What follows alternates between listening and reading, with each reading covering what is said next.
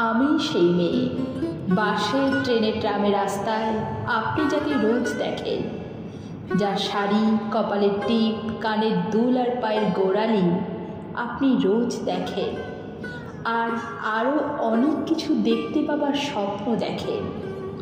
স্বপ্নে যাকে ইচ্ছে মতন দেখেন, আমি সেই মেয়ে।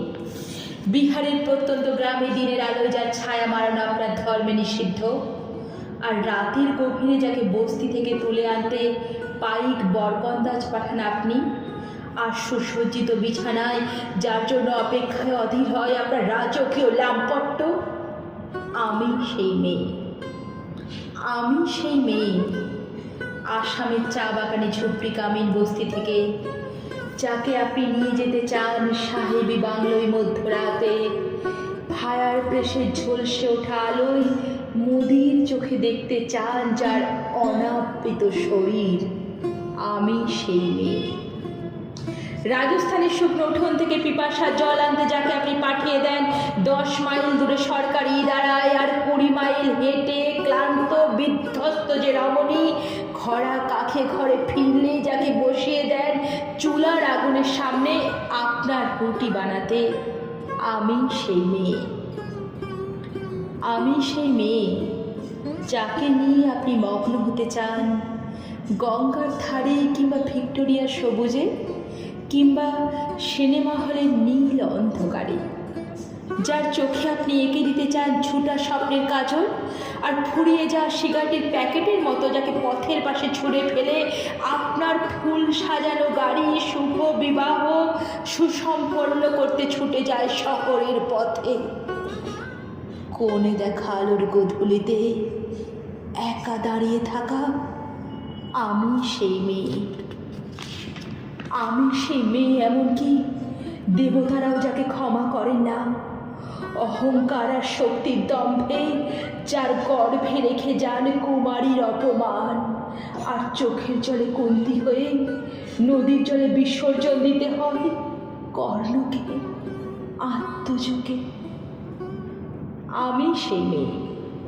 সংসারের অসময়ে আমি ভরসা। আমার ছাত্র পড়ানো টাকায় মায়ের ওষুধ কেনা হয়, আমার বাড়তি রোজগারে ভাইয়ের বই কেনা হয়। আমার সমস্ত শরীর প্রবল বৃষ্টিতে ভিজতে থাকে, কালো আকাশ মাথায় নিয়ে আমি ছাতা হয়ে থাকি, ছাতার নিচে সুখে বাঁচে সংসার। আপনি আপনি আপনি আপনারা আপনারা আমার জন্য অনেক করেছেন। সাহিত্যে, কাব্যে, শাস্ত্রে, লোকাচারে আমাকে মা বলে পুজো করেছেন, প্রকৃতি বলে আদিক্ষেতা করেছেন, আর শহরগঞ্জের কানাগুলিতে ঠোঁটে রং মাখিয়ে কুপি হাতে দাঁড় করিয়েও দিয়েছেন। হ্যাঁ, আমি সেই মেয়ে। একদিন হয়তো একদিন, হয়তো অন্য কোনো একদিন আমার সমস্ত মিথ্যে পোশাক ছুঁড়ে ফেলে দিয়ে আমি হয়ে উঠব সেই অসামান্য।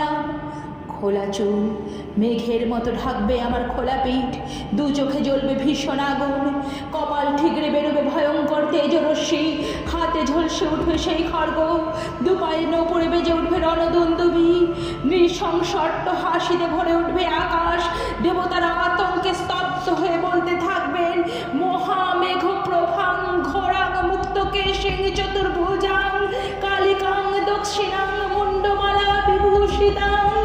বিভৎস দাবানলের মতো আমি এগোতে থাকবো, আর আমার এগিয়ে যাবার পথের দুপাশে মুন্ডহীন অসংখ্য দেহ ছটফট করতে থাকবে, সভ্যতার দেহ, প্রগতির দেহ, উন্নতির দেহ, সমাজের দেহ। হয়তো আমি সেই মেয়ে, হয়তো বা